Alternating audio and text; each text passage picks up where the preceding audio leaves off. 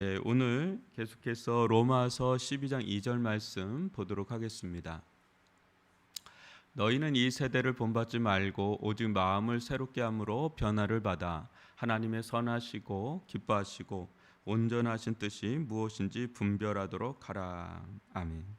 예, 오늘 이 세대를 본받지 마십시오. 세 번째 시간으로 이 시대에 우리가 살아감에 있어서 특별히 그리스도인으로서 살아가는 데 있어서 가장 중요한 것은 영적 분별력 같습니다. 워낙 시대가 예측 불허의 시대에 있고요. 너무 변화무쌍한 시대에 있기 때문에 이런 이제 세대를 우리가 분별하고 그 가운데 하나님의 뜻이 무엇인지를 우리가 분별하면서 가는 것은 매우 중요한 과제가 아닐 수가 없어요. 코로나19를 통해서 여러분 뉴 노멀이라는 말들이 나왔고 새로운 어떤 세계 질서의 재편이 일어난다. 그런 이야기들이 한 2, 3년 전부터 엄청 나왔죠.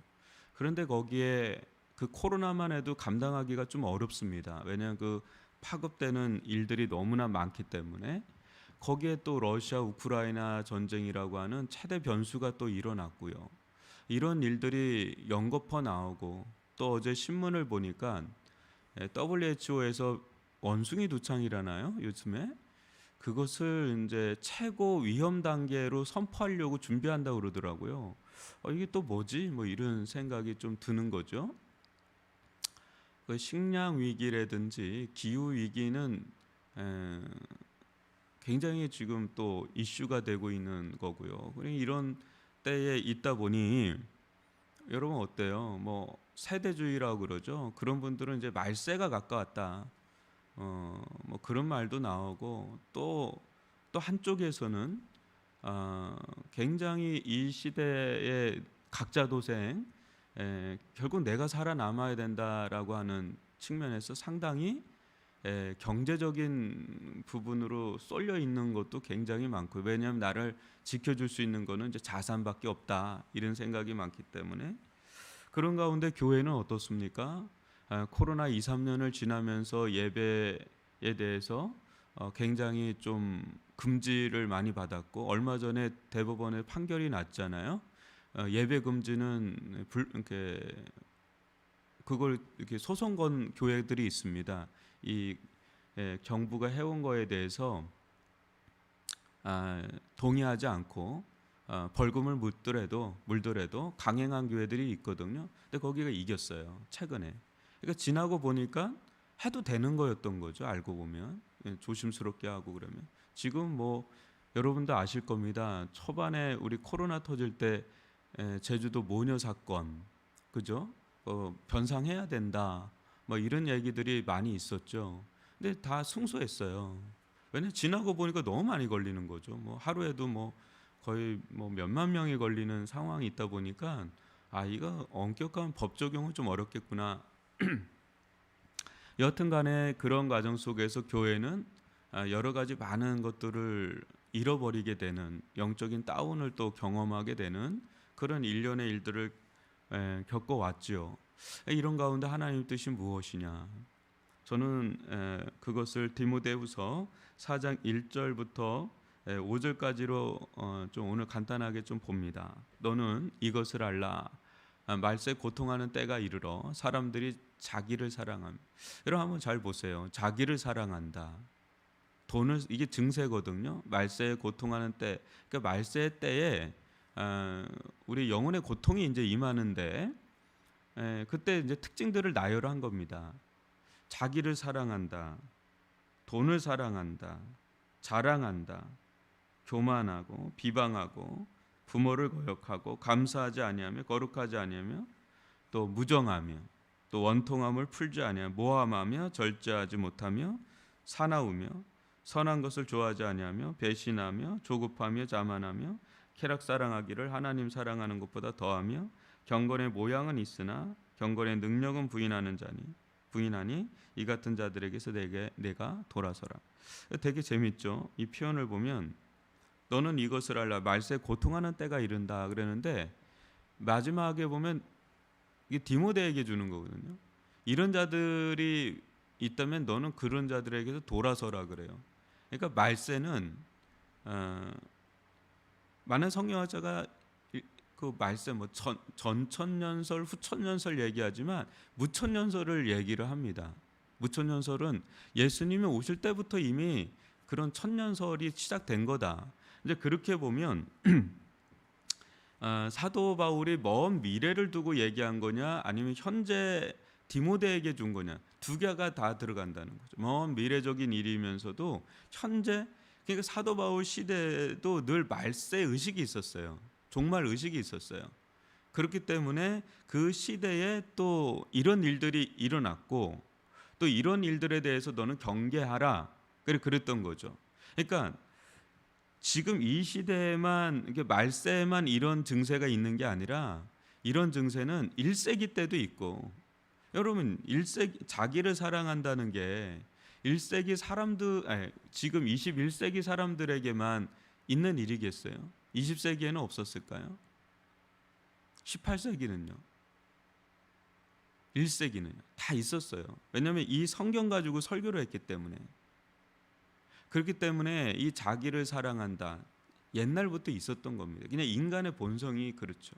자기를 사랑한다. 돈을 사랑. 여러분 돈을 사랑하는 거는 예수님 시대에 있었습니까? 없었습니까? 있었어요. 그런 이야기들이 많이 나오잖아요. 복음서에. 그러니까 이 부분을 우리가 들여다보면 이게 근데 더 아주 보편화되고 이게 아주 문화화되고 이게 너무 문화화되다 보니까 당연시화될 때 되게 위험하겠죠. 그죠? 근데 여기서 저는 그런 얘기를 드리고 싶어요. 자기를 사랑하고 돈을 사랑하고 또 뭐 많이 있습니다. 지금 우리들 가운데 드러나고 있는 것들 가운데 이게 무정하다, 절제하지 못한다, 사납다, 또 경건의 모양은 있으나 경건의 능력은 부인한다. 쾌락 사랑하기를 하나님 사랑하는 것보다 더하다. 사랑이라는 게 세 가지에 들어가 있거든요. 자기, 셀프죠. 그 다음에 돈, 그 다음에 쾌락. 이게 사랑이 걸려 있는 세 가지 단어예요. 한번 여러분 잘 보실까요? 말세에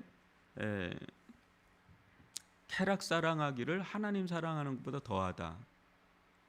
돈을 여러분 어떻게 보십니까? 돈을 사랑해야 될까요? 말아야 될까요?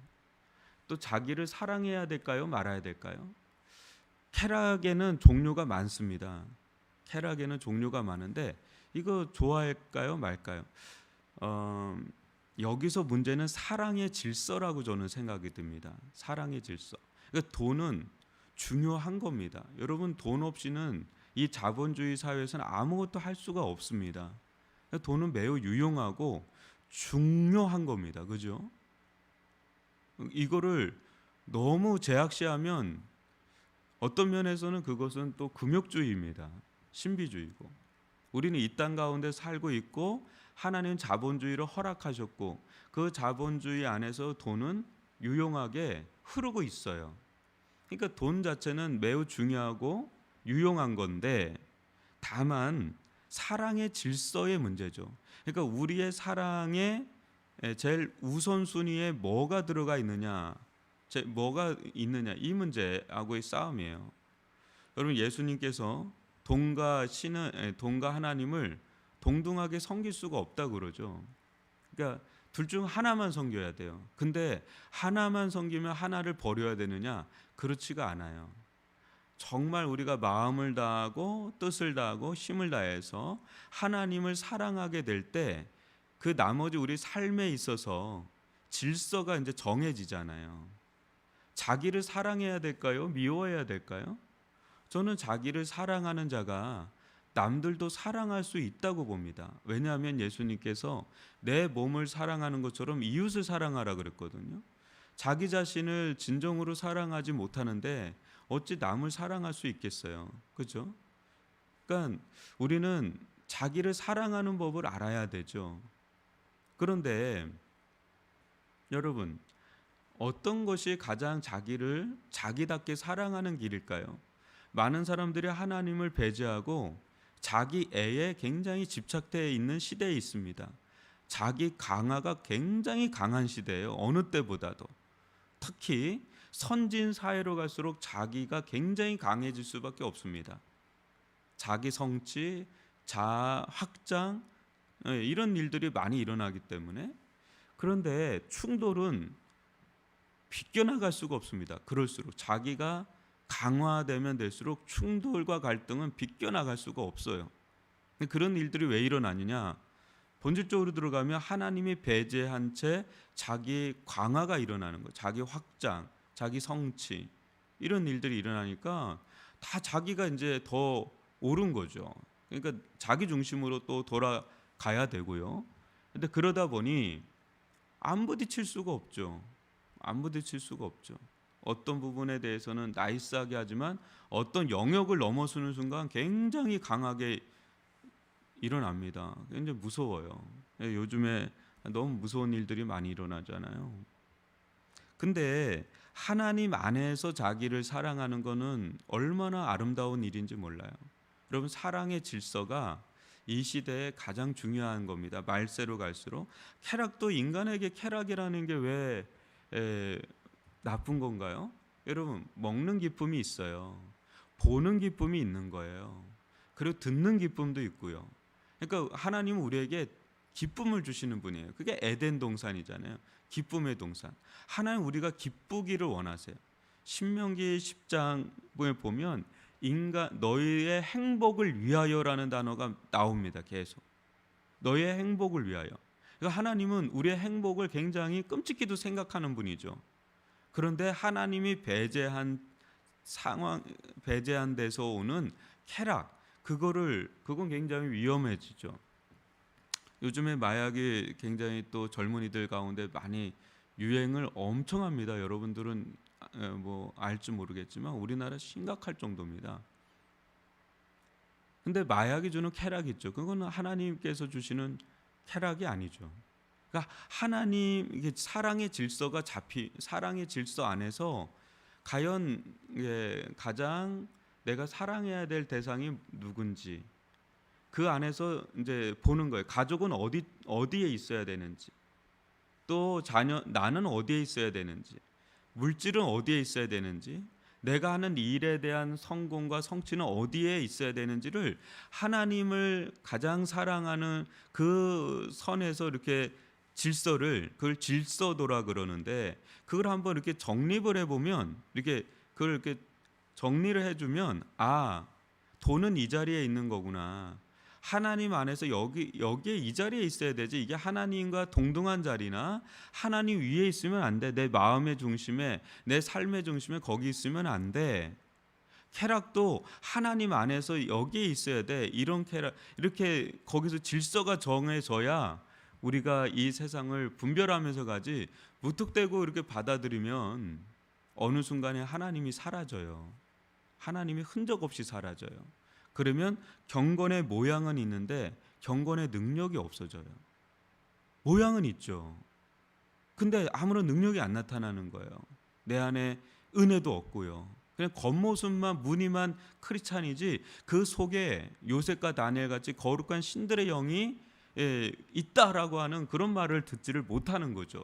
세상 사람들에게, 오히려 세상 사람들한테 욕을 받는 게 있잖아요. 어떻게 우리보다 더하냐, 뭐 이런 얘기도 간간히 들으니까 부끄럽기 짝이 없지 않습니까? 여러분, 언제나 그랬어요. 1세기 때도 그랬고 지금도 마찬가지예요. 사랑의 질서가 잘 잡혀야 되는 거죠. 너는 그 계명에 나오는 거예요. 너는 마음을 다하고 뜻을 다하고 힘을 다하여 내 하나님을 사랑하라는 거죠. 그리고 내 몸을 사랑하는 것 같이 내 이웃을 하나님 사랑 안에서 이웃을 사랑하는 것, 그 사랑의 질서 안에서 한번 보십시오. 우리 가정은 어디에 있고 내 자녀는 어디쯤에 있고 물질은 어디쯤에 있고, 이렇게 한번 정해 보시고 하나님의 통치 아래에 있을 때 그때 거기서 우리가 가야 될 길들이 보이는 거예요. 지금은 너무 혼란스럽잖아요.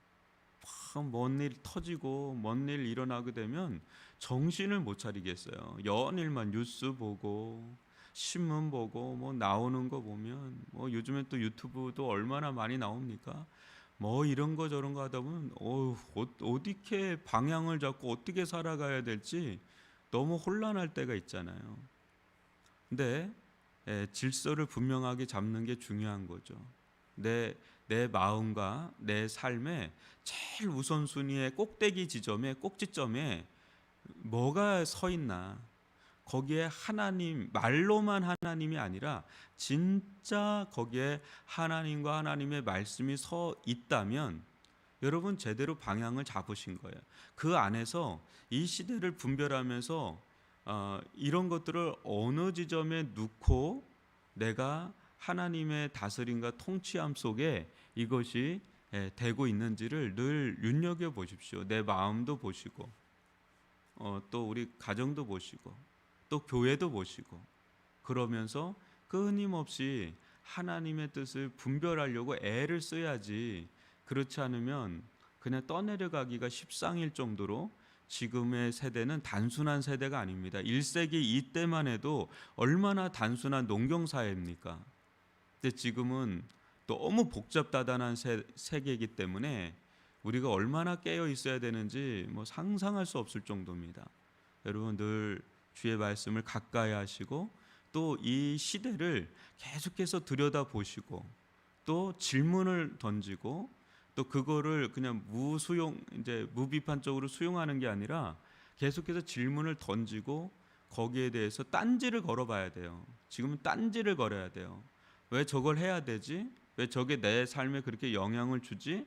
계속 딴지를 걸면서 충분히 그걸 필터링 작업을 해야 됩니다. 그래서 하나님 안에서 그게 내 삶에 어떤 영향을 미치는지 이렇게 질서 있게 좀 보시면서 이 시대에 정말 선한 것을 사모하고 거룩함을 사모하는 더 하나님께 가까이 가게 만들면 그 제대로 가는 거겠죠, 그렇죠? 이제 그렇게 우리들 가운데 분별할 수 있는 틀들을 좀 갖춰서 이 시대를 잘 지혜롭게 헤쳐나가는 것이 우리에게 매우 필요한 도전적 과제 속에 있습니다. 우리 들은 오늘 말씀 가지고